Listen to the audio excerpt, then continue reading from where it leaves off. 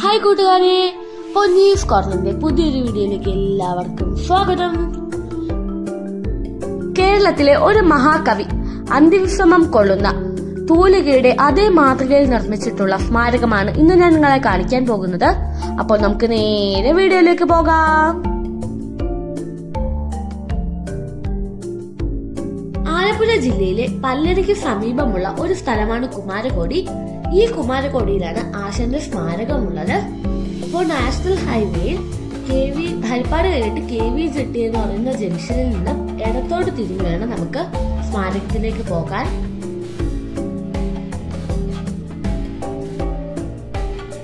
KV jetty റോഡിൽ നിന്നും പല്ലനിയിലേക്ക് പോകുന്ന വഴി പല്ലനിയാറിന് കുറുകെയായിട്ട് ഒരു പാലമുണ്ട്.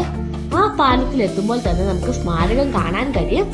അവിടെ നിന്ന് വലത്തേക്ക് തിരിഞ്ഞാൽ നമുക്ക് സ്മാരകത്തിലേക്ക് എത്തിച്ചേരാൻ കഴിയും.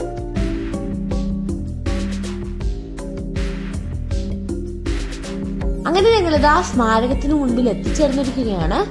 എന്റെ അമ്മയുടെ വീട് ഇവിടെ ഹരിപ്പാടാണ്. അപ്പോൾ വീട്ടിൽ വരുന്ന സമയത്ത് ഞങ്ങൾ ഇടയ്ക്കൊക്കെ ഇവിടെ വരാറുള്ളതാണ്.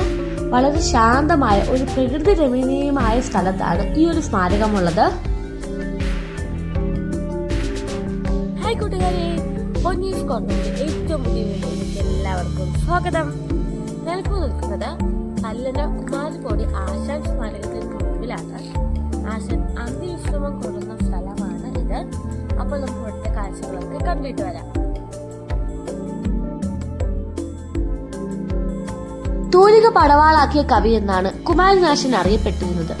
അതുകൊണ്ട് തന്നെ തൂലികയുടെ അതേ രൂപത്തിൽ തന്നെയാണ് അദ്ദേഹത്തിന്റെ സ്മാരകവും ഇവിടെ നിർമ്മിച്ചിട്ടുള്ളത്.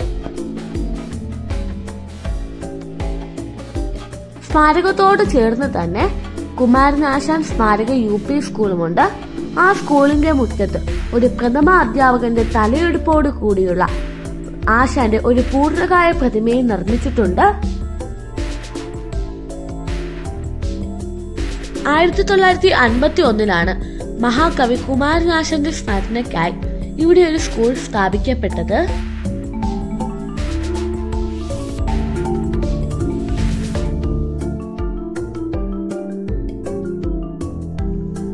ആയിരത്തി 1976 നിർമ്മിച്ച ആദ്യ സ്മാരകം പൊളിച്ചു നീക്കിയതിനു ശേഷം ടൂറിസം വകുപ്പിന്റെ സഹായത്തോടെയാണ് ഇപ്പോൾ ഈ കാണുന്നത് പോലെയുള്ള ആധുനിക രീതിയിലുള്ള സ്മാരകം നിർമ്മിച്ചത്. രാവിലെ 9:30 മുതൽ വൈകുന്നേരം 6 മണി വരെയാണ് സ്മാരകത്തിൽ പ്രവേശനം അനുവദിച്ചിരിക്കുന്നത്.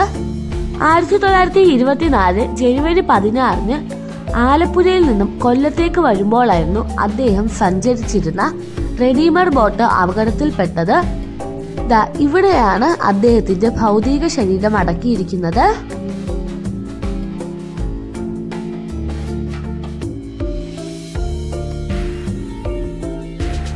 ആശാന്റെ പ്രശസ്ത കാവ്യങ്ങളായ കരുണ, ചണ്ടാല ഭിക്ഷുകി, ദുരവസ്ഥ, ചിന്താവിഷ്ടയായ സീത, ലീല, നളിനി എന്നിവ പശ്ചാത്തലമാക്കിയുള്ള ശില്പാവിഷ്കാരങ്ങളും സ്മാരകത്തിനുള്ളിൽ ഒരുക്കിയിട്ടുണ്ട്. ഇതിനു മുമ്പൊക്കെ ഞാൻ ഇവിടെ വരുമ്പോൾ കുമാരനാശന്റെ വിവിധ കവിതകളുടെ ആലാപനവും ഒക്കെ കേൾക്കാൻ പറ്റുമായിരുന്നു. പക്ഷെ ഇപ്പോൾ അതൊക്കെ നിർത്തിവെച്ചിരിക്കുകയാണെന്ന് തോന്നുന്നു.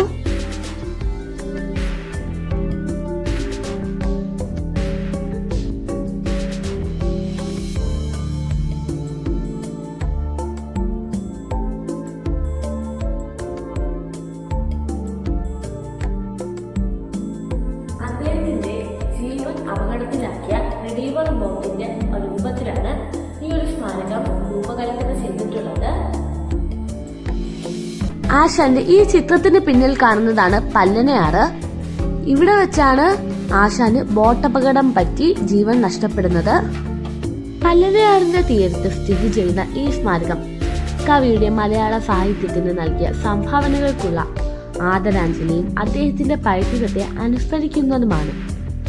സാഹിത്യം, കവിത, കല എന്നിവയുമായി ബന്ധപ്പെട്ട വിവിധ പരിപാടികളും പ്രവർത്തനങ്ങളും സംഘടിപ്പിക്കുന്ന ഒരു സാംസ്കാരിക കേന്ദ്രമായാണ് ഇന്ന് ഈ സ്മാരകം പ്രവർത്തിക്കുന്നത്. കുമാരനാശാന്റെ ജീവിതത്തെയും പ്രവർത്തനങ്ങളെയും കുറിച്ചും അദ്ദേഹത്തിന്റെ കാലത്തെ സാംസ്കാരികവും ചരിത്രപരവുമായ പശ്ചാത്തലത്തെക്കുറിച്ച് പഠിക്കാൻ ഗവേഷകർക്കും വിദ്യാർത്ഥികൾക്കും പൊതുജനങ്ങൾക്കും പ്രചോദനം നൽകുന്ന ഒരു സാംസ്കാരിക നാഴികക്കല്ല് കൂടിയാണ് ഈ സ്മാരകം.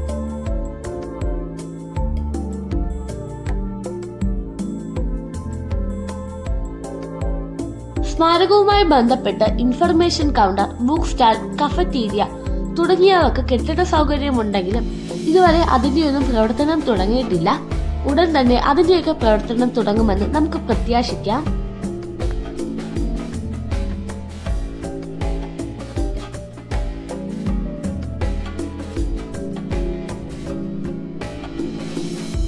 ഒരു വട്ടമെങ്കിലും മലയാളികൾ കാണേണ്ട ഒരിടമാണിത്. ഇതുവരെയും എന്റെ ചാനൽ സബ്സ്ക്രൈബ് ചെയ്യാത്തവരാണെങ്കിൽ ഒന്ന് സബ്സ്ക്രൈബ് ചെയ്തേക്കണേ. തൊട്ടടുത്തുള്ള ബെല്ലൈക്കൻ എനേബിൾ ചെയ്ത് ഓൾ എന്ന ഓപ്ഷൻ തൊടുക.